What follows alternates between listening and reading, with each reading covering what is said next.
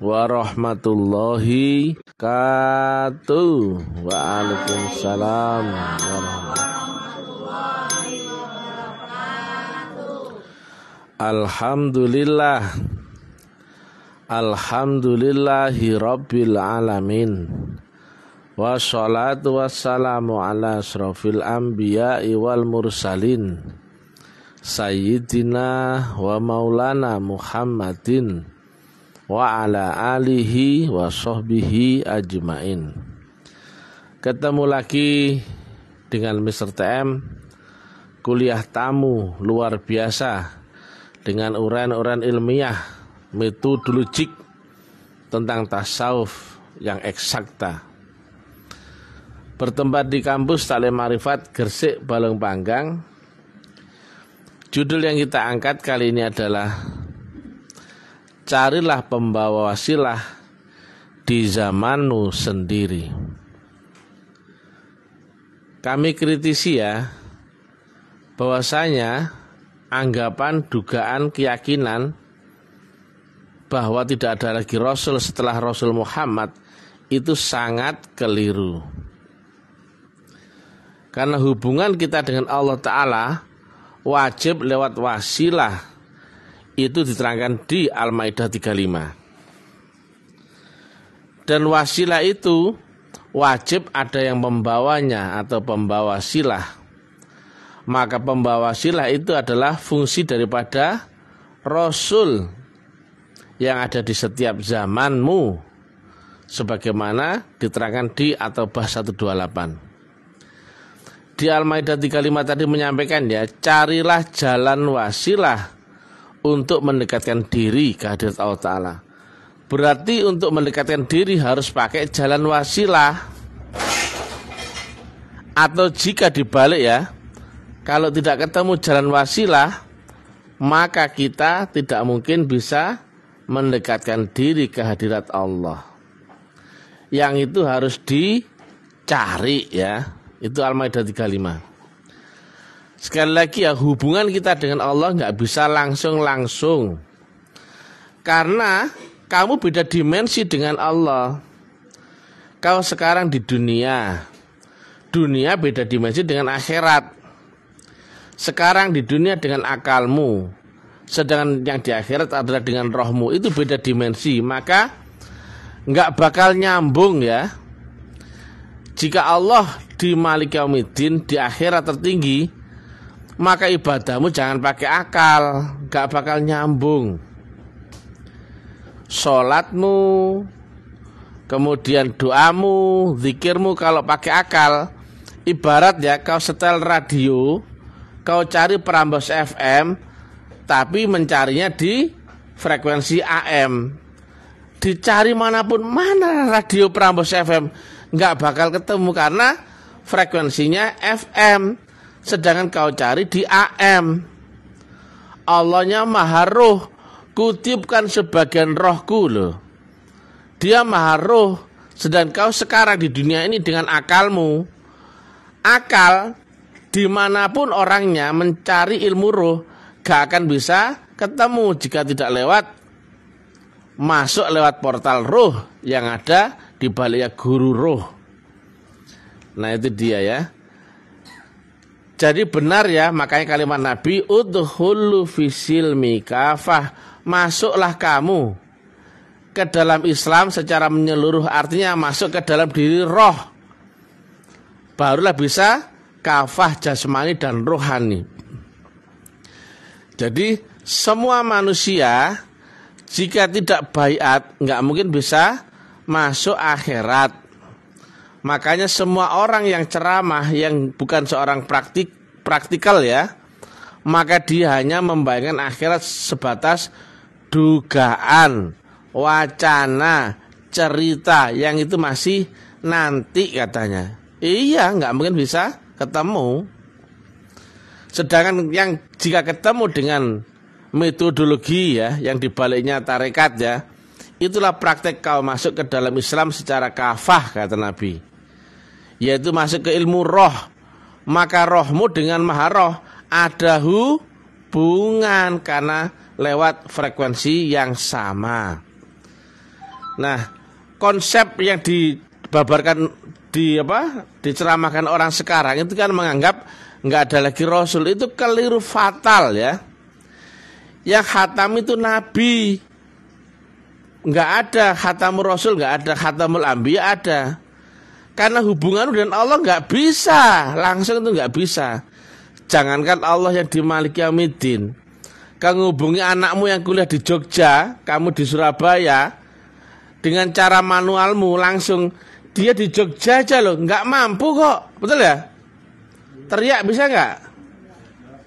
Kau ingat-ingat, kau dengan panca inderamu, kan nggak mungkin, betul ya? Itu dia masih di kota sebelah lo, nggak mungkin. Apalagi Tuhan ada di Malik Yaumiddin, beda dimensi, maka nggak mungkin, maka masih ada sistemnya. Nah, wasilah itu sistem ya, agar hubunganmu ada sambungan dengan Allah lewat teknologi metafisika, yaitu memanfaatkan gelombang roh dengan menyamakan frekuensi dan gelombang yang sama. Maka kau harus dapatkan dulu channel wasilahnya di dunia, di zamanmu sendiri. Makanya Quran seolah-olah pelin-pelan ya, Allah itu jauhnya tak terhingga, melewati 7 lapis langit. Kayaknya ini, kayak Quran, kayaknya pelin-pelan ya.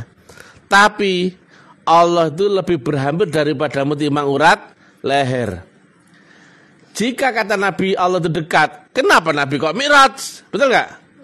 Melewati 7 lapis langit ya. Yang jauh itu adalah Allah yang di ars. Yang dekat adalah gelombangnya Allah lewat wasilah tadi loh. Jelas loh? Misalnya kau di sini ya, gelombang Prambors FM ya, stasiunnya di Diwe, misalkan orang sana kan nggak tahu Diwe ya. Jauh Diwe itu sebelahnya Berlin. Nah, jauh Diwe ya, yang mana Diwe nggak tahu pokoknya, jauh pokoknya loh. Tapi kalau kau tahu alamat gelombangnya, berapa gelombang Diwe? Gelombang radio itu? Yang stasiun di Diwe tadi.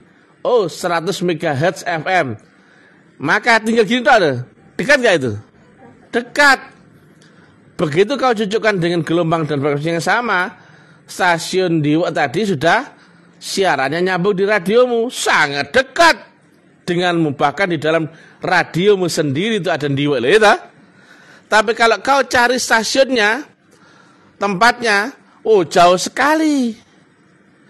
Nah, jadi saking jauhnya nggak mungkin dijangkau oleh manusia ya, dengan cara manual. Itulah gambaran Allah yang jauhnya tak terhingga, karena dia di ujung puncak langit akhirat tertinggi. Dia sendiri yang sampaikan di Al-Fatihah ya, Maliki Yaumiddin, aku raja di langit akhirat tertinggi. Tapi kok dekat? Tapi aku lebih berhampir daripadamu timbang urat leher. Tapi Tuhannya sama nggak itu? Radio yang jauh di sono stasiunnya sama radio di gelombang 100 MHz FM itu sama nggak itu? Sama. Kalau kau mau cari radio itu, kenapa kok jauh-jauh ke sana untuk mendengarkan orang siaran itu enggak? Sementara kau bisa setel siaran radio di radiomu sendiri, dekat sekali, nggak usah kemana-mana, betul nggak? Nah itu dia. Berarti nggak mungkin kau berhubungan dengan Allah jika tidak lewat wasilahnya. Dan wasilah itu ada yang membawa. Nah contohnya ya, Rasulnya dirimu ya, bagi anakmu itu siapa? Nomor HP, ya Pak? Ya kan loh. Jadi utusan ya, yang bisa menghubungkanmu, bisa nyambung dengan anak dan engkau adalah nomor HP-mu itu. Jadi dia menghubungi lewat nomor HP-mu itu, nyambung sama dirimu. Karena apa? Disitulah alamat channel wasilahmu itu ya. Sebetulnya kalau ditelepon anakmu itu bukan kau yang ditelepon, tapi channelnya yang kau ditelepon dia. Makanya berapa nomor teleponnya, iya gak? Bukan kemudian dia teriak, ibu, nggak mendengar ya. Tapi kalau dia tekan nomornya, Assalamualaikum Bu, nggih. Nah, itu paham ya? Yang kau hubungi itu bukan Allahnya sebetulnya, tapi wasilahnya. Dan wasilahnya itu ada yang membawa, yaitu pembawa wasilah, dia utusan. Jelas ya? Dan itu sistemik ya. Nggak ada yang lain loh ya. Hanya lewat itu tak loh ya. Jadi nggak mungkin ya orang berhubungan dengan Allah langsung-langsung, nggak mungkin ya. Wajib lewat wasilahnya. Makanya bullshit kalau ada orang bisa mengingat Allah jika tidak lewat wasilahnya. Kalau nggak percaya, baca dong Al-Maidah 35, jelas itu ya. Jadi harus dengan jalan wasilah ya. Jalan itu saluran dan wasilah itu teknik menyamakan frekuensi dan gelombang yang sama. Maka kau dengan Allah ada hubungan. Jadi saya Mr. TM yang brilian, baik hati dan tidak sombong, menyampaikan bahwa ulama Kiai Ustadz Gus Buya Habib itu salah jika menyampaikan tidak ada lagi Rasul. Ya, entah kau sebut saya ini menyampaikan aliran sesat, whatever ya. Tapi yang jelas secara ilmiah, ilmu pasti nggak mungkin kau ada hubungan dengan Allah jika tidak lewat wasilahnya. Makanya saya geber, ayo bagaimana praktek syahadatmu? Nggak ada yang mampu menyampaikan. Apa yang kau saksikan dalam syahadatmu? Nggak ada satu pun yang nongol. Ayo, bagaimana cara mengingat Allah yang dia itu laisa kamitslihi syai'un? Nggak satu pun yang nongol ya. Jadi kamu tuh tertipu ya dengan dakwahnya ulama yang mereka ini bukan ahli ma'rifat tapi menafsiri Quran sesuai dengan akalnya. Itulah bias kekeliruannya. Sedangkan bunyi tentang Rasul di setiap zaman di umat masing-masing banyak. Betul ya? Banyak. Ada sekitar 5 itu, bisa jadi lebih itu. Yang jelas-jelas itu termasuk ya At-Taubah 128. Loh, Qur'annya ada kok kemudian tafsirnya nggak ada. Jangan berarti nggak ketemu kemudian kau anggap nggak ada, betul nggak? Nah itu dia ya. Jadi kalian sudah salah secara metodologi agamanya, sudah keliru. Makanya sekarang agama cuma cerita, teori, dogma, keyakinan, kepercayaan, nggak pernah bisa kau buktikan secara konkret, empiris, ilmu pasti. Jadi ada Rasul ya. Zaman ini pun ada Rasul.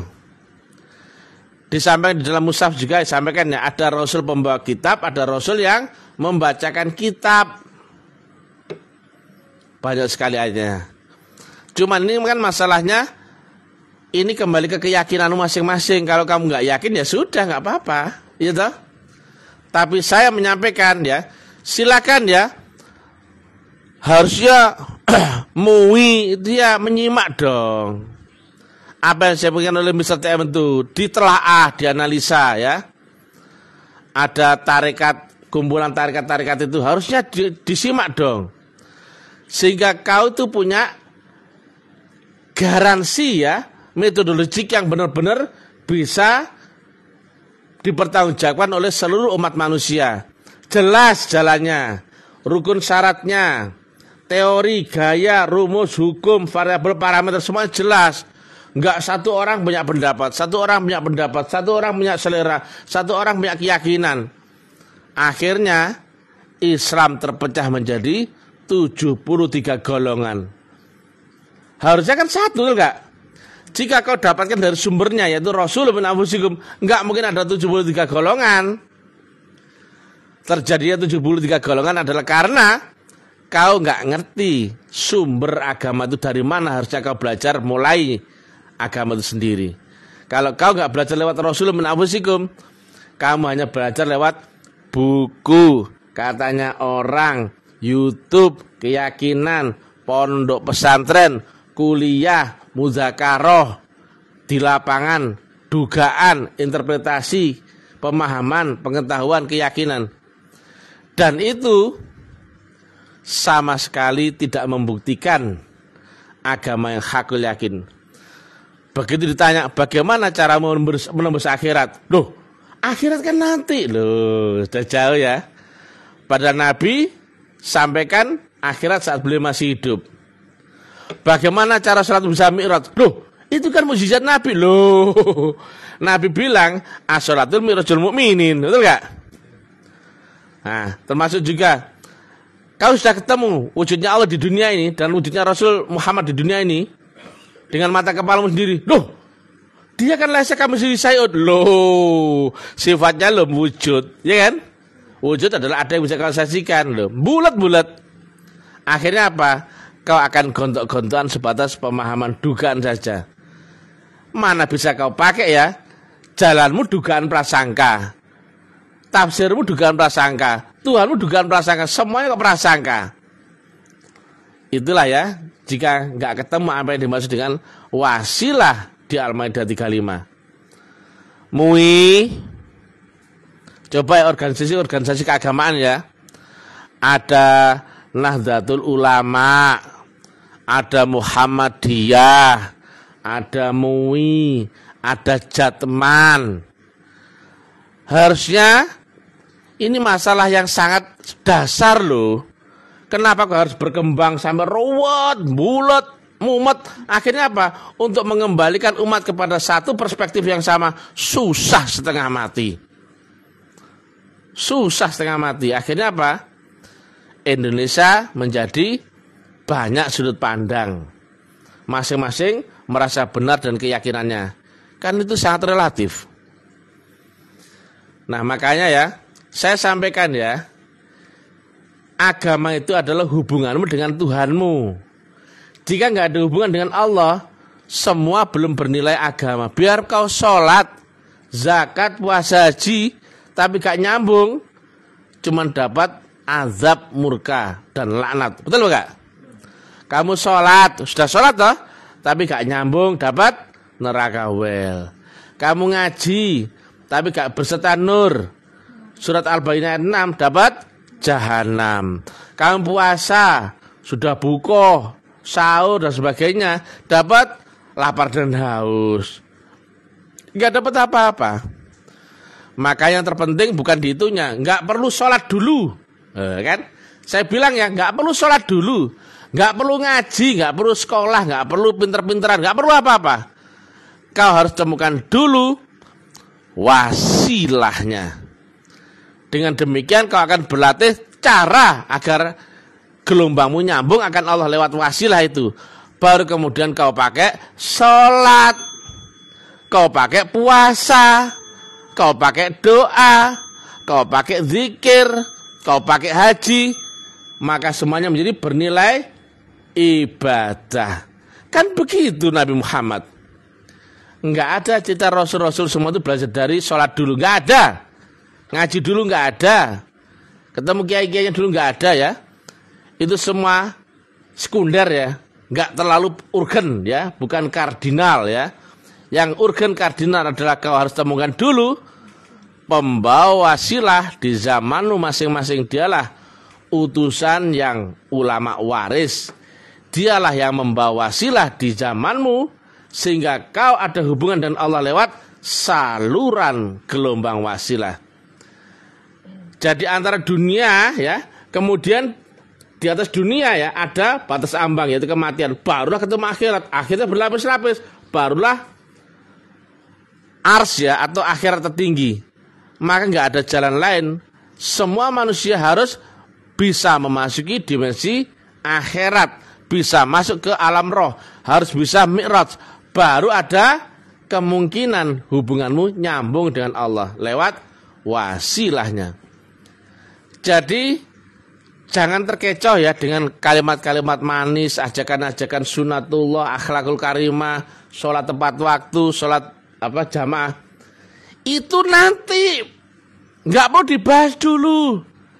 Jangan sampai kau sholat tapi sia-sia dapat neraka. Yang dibahas di awal adalah carilah wasilah agar kau bisa belajar menyambungkan gelombangmu dengan Allah lewat wasilah itu.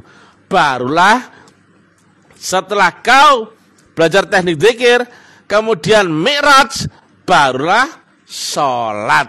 Karena sudah ngerti caranya, sudah kenal siapa yang kau sembah. Contohnya ya, kalau jujur ya, apa yang kau ingat dalam sholatmu? Katanya kan Allah, katanya ngakunya. Lantas apanya Allah yang kau ingat loh? Bingung toh? Jika ya misalkan ya, ini adalah mushaf Quran. Lalu ditanya, sudah pernah ketemu tuh mushaf Quran? Sudah. Lantas apanya mushaf Quran yang kau ingat? Warnanya coklat krem. Ya nggak terlalu besar loh, ingat toh? Quran yang aku ingat ya, yang tadi ya, warnanya krem, nggak terlalu besar, ada embosnya warna emas. Kemudian ada casingnya dari kulit imitasi. Jelas toh? Lah saya tanya, apanya Allah yang kamu ingat loh? Nama, wah.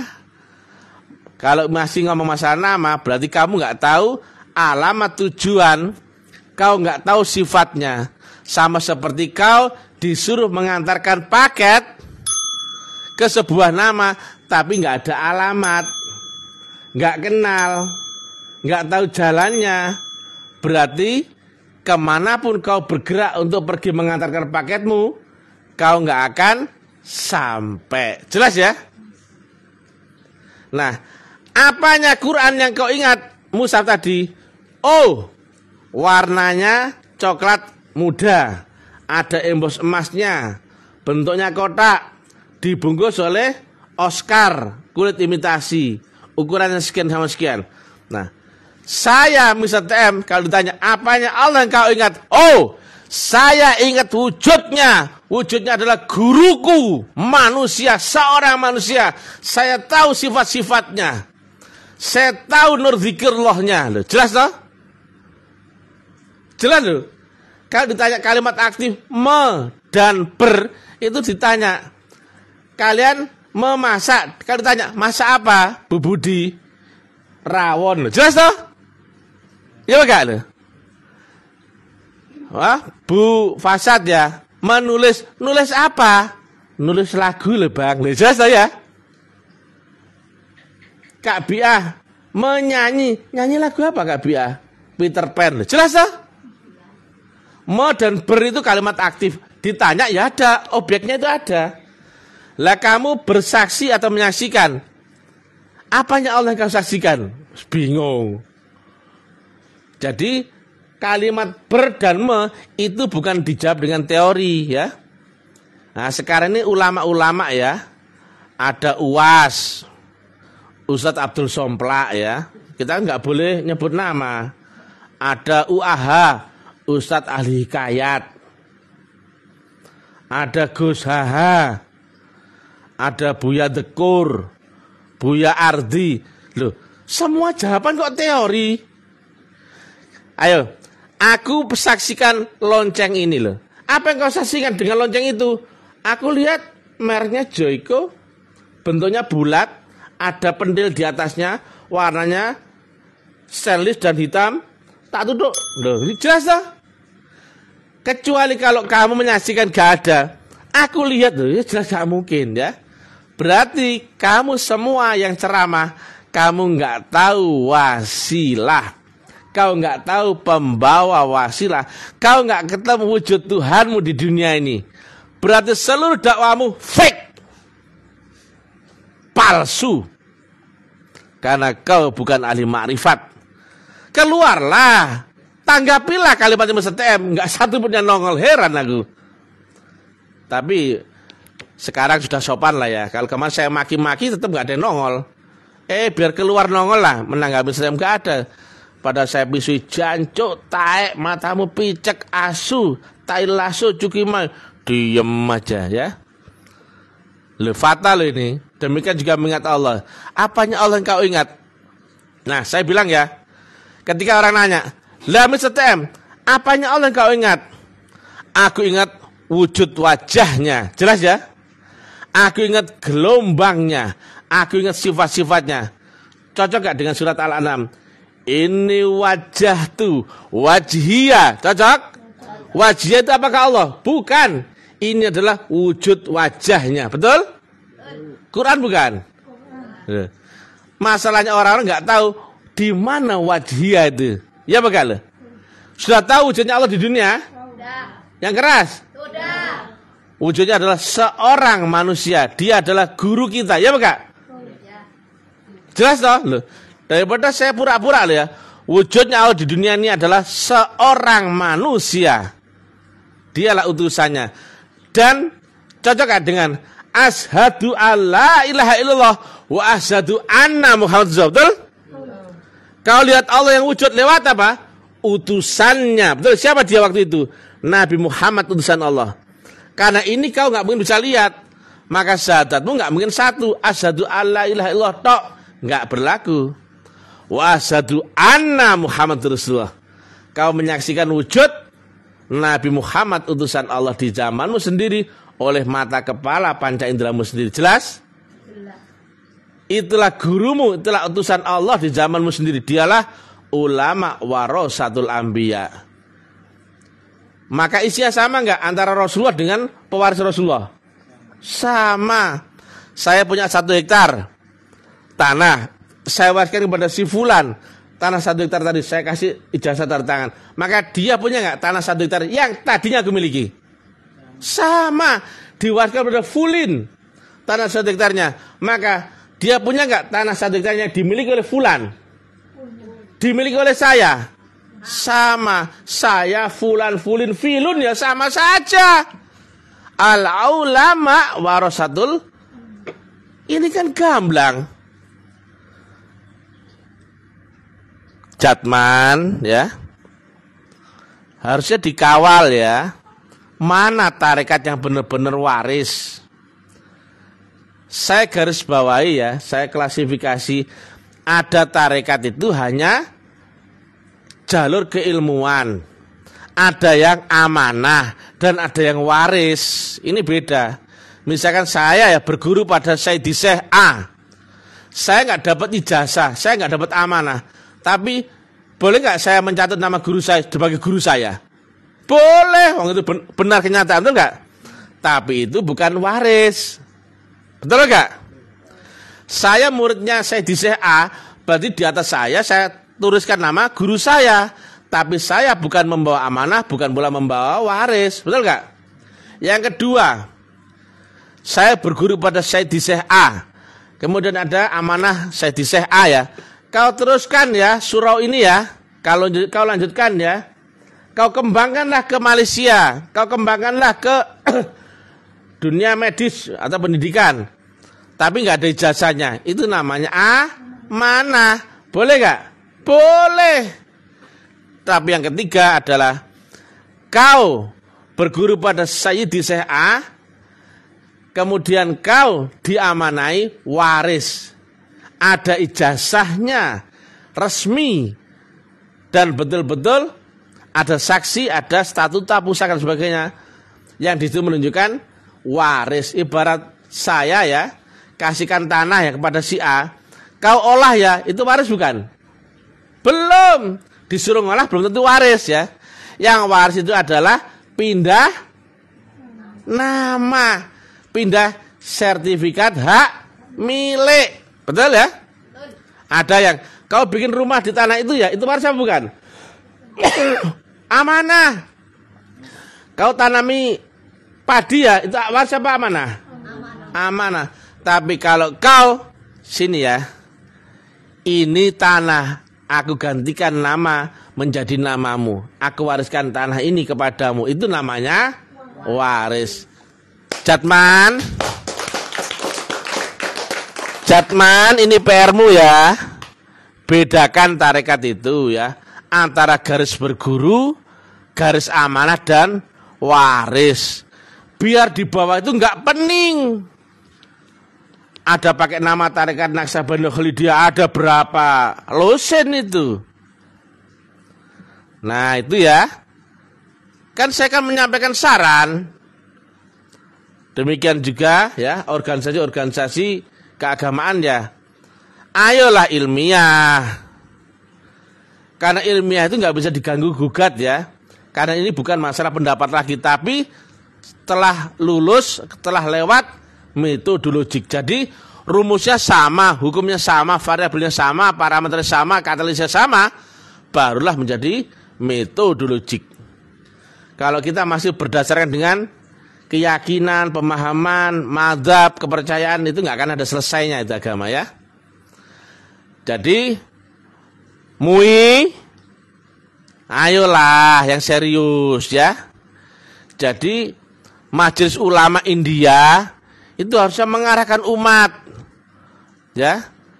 Bagaimana orang itu ketemu dengan praktek Quran. Di dalam Quran menyebutkan munajat kehadirat Allah Ta'ala harus lewat jalan wasilah.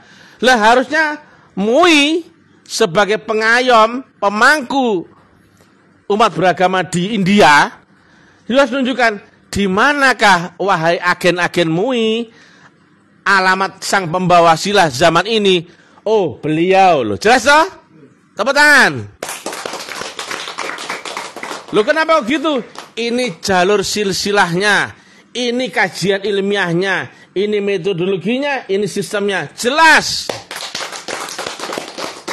Jadi masyarakat India itu nggak meraba-raba. Iki kucing apa asu? Loh, jeguk ternyata asu. Iki gajah apa kudanil? Gak ngono rek. Nah makanya ada mediator kelembagaan itu mengawal umat beragama supaya ketemu on the right track, on the right way. Ya, bahasa Indianya begitu ya. Iya kan? Aja ya kan? Ya. Jatman, MUI. Demikian juga organisasi-organisasi keagamaan yang lain. Jujur ya. Ayo silakan sharing ya. Syahadat itu bunyinya bersaksi atau mengucapkan? Coba ya. Bersaksi. Lah kenapa kok jadi mengucapkan? Harusnya kalian ya turun gunung dan meluruskan. Itu kesesatan loh. Tak goblok no, tak taek no, kok menang ae. Harga dirimu di mana? Bunyinya bersaksi loh. Lah kalau ditanya apa yang disaksikan? Ada jawabannya nggak harusnya? Ada. Lah kok mengucapkan? Kita ini meyakini loh, lah kok meyakini? Itu kan angan-angan. Ulamanya gak ngerti. Ya. Demikian juga mengingat Allah. Apanya Allah yang kau ingat coba? Melayu lari sendiri-sendiri kan gak ada yang ngerti. Kau terang wasilah, di mana wasilah itu dan bagaimana teknik wasilah teknologinya? Gak ada yang ngerti. Walah, emang saya salah tempat ini ya. Ayo bangun. Bangun aja turu tok mendem kangkung. Ya. Ayo rek, perubahan rek, pembaruan rek. Wis mentereng wis duwe lembaga kok ya. Assalamualaikum warahmatullahi wabarakatuh.